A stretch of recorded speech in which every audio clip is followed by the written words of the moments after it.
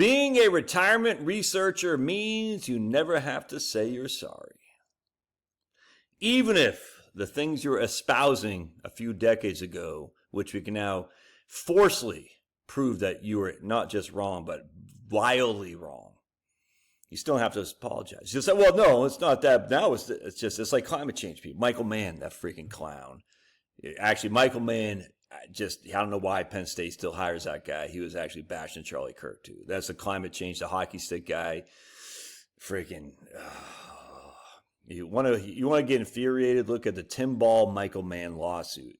That just is freaking crazy. That guy's such a clown. Anyway, so here we go with this right here from 2002. And it's from the EPI, a bunch of real winners here, is the Economic Policy Institute, a bunch of real winners. Boom, a retirement bust for all but the richest. Next retiree is more likely than predecessors to live in poverty. This is from Edward Wolfe, and I've talked about this guy before, but... where is he? Right here. A groundbreaking new study holds troubling news for millions of Americans now seeking retirement. Again, this is from 2002. Retirement Insecurity by NYU economist and wealth expert Edward N. Wolfe, published today by the EPI, uses the most recent data to examine changes in the retirement wealth from the 80s and 90s and finds that more retired Americans have less to live on. Oh, boy. And Wolfe said, in terms of retirement investment, what should have been the best of times turns into something closer to the worst of times when you look closely at what really happened to retirement wealth. In 1998, every group of near retirees, except those of the very top percent compared to their counterparts in 1983, were behind. The contraction of traditional defined benefit pension plans and the replacements by defined contribution plans appears to have helped rich older Americans but hurt a large group of lower income Americans. Oh my, and then we got John Corzine. Remember him? Turns out John Corzine was up to no good either, even though he's a rich hedge fund or a Goldman Sachs guy, became governor of, senator, I think he did become governor too of New Jersey.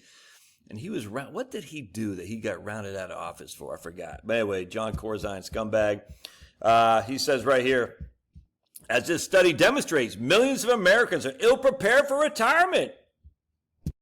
The shrinking middle for households in the median retirement wealth declined by 11% from 1983 to 1998. Really? The share of households facing the prospect of retirement income below the poverty line grew from 17% to 8.5% from 1999 to 1998. The richest are the only winners. Only the very rich pre-retirees saw their wealth increase between 1983 and 1998. Well, that's interesting. For all groups of pre-retirees with combined retirement wealth assets of less than $1 million, their wealth has shrunk from 1983. Really? So let's take a look here, shall we? Let's take a look at the, right here. And I can't go back to 1983, but we can go back to 1989, and we can go back to 2002 as well, which is after, remember, the S&P 500 fell 9% in 2000, 11% in 2001, and 22% in 2002, and we can validate whether Edward Wolfe is full of crap, which he is, or if he was correct. Well, just look. I mean, I can't even go back to 1983, but I have to assume, because 1983 was the start of the biggest bull market in history, it's even going to be worse for Wolfe here in his, I don't understand it, how this stuff gets out there.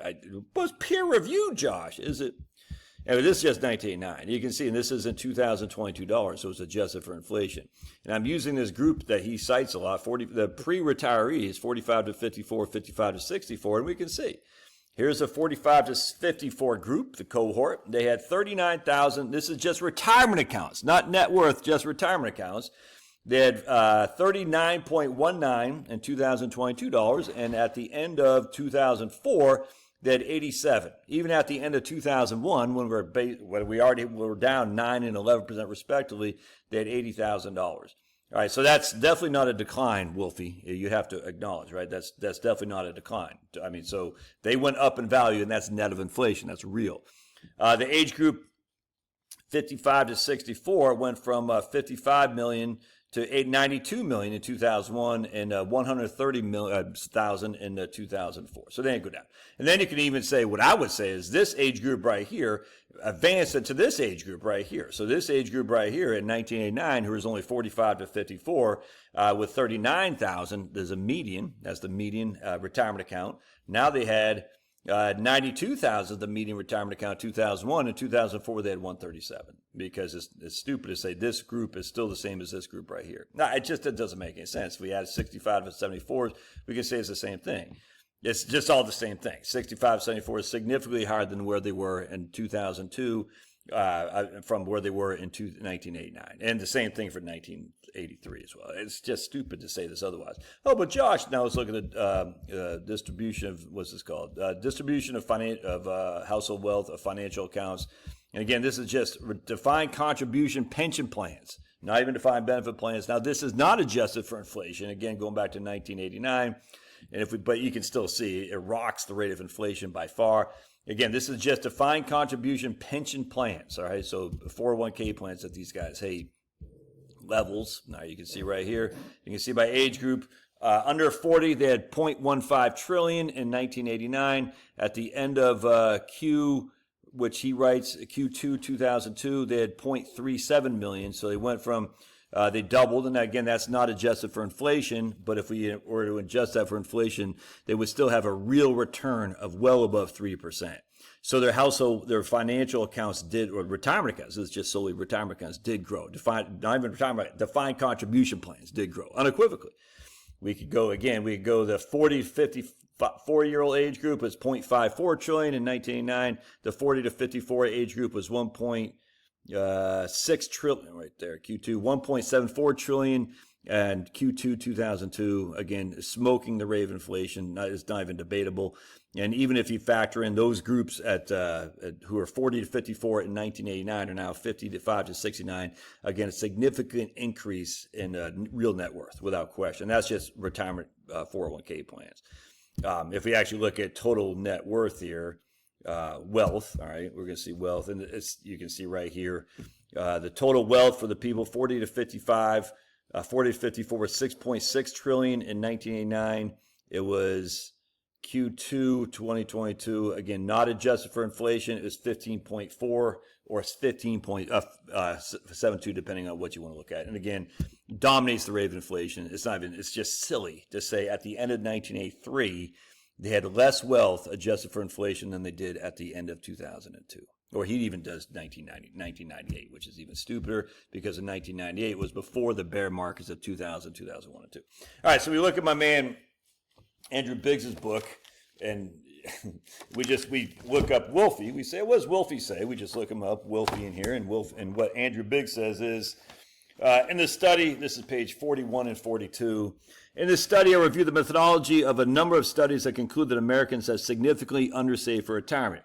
Some of these studies are recent, while others go back to more than 2 decades. All right. Similar, some studies receive greater public media and academic attention than others. All right.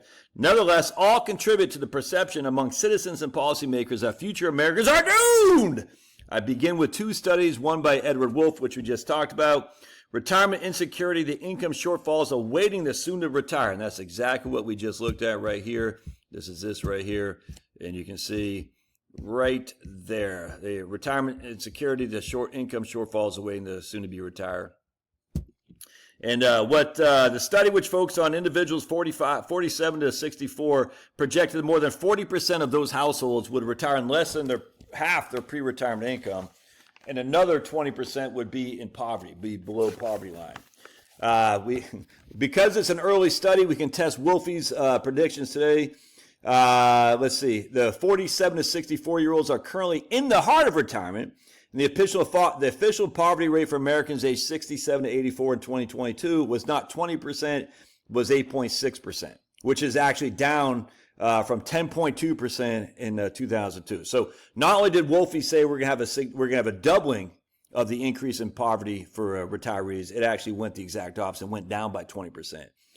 Unofficial measures deriving incomes from IRS administration data and analyzing the expenditures of seniors show even lower levels of poverty in old age. In retrospect, it appears that Wolf's projection that 40% of retirees would be unable to replace half their retirement income or their pre-retirement income was unduly pessimistic. An IRS analysis of tax return data from 1999 through 2010 found that fewer than 10% of Americans approaching retirement at the turn of the century retired on less than half their pre-retirement savings.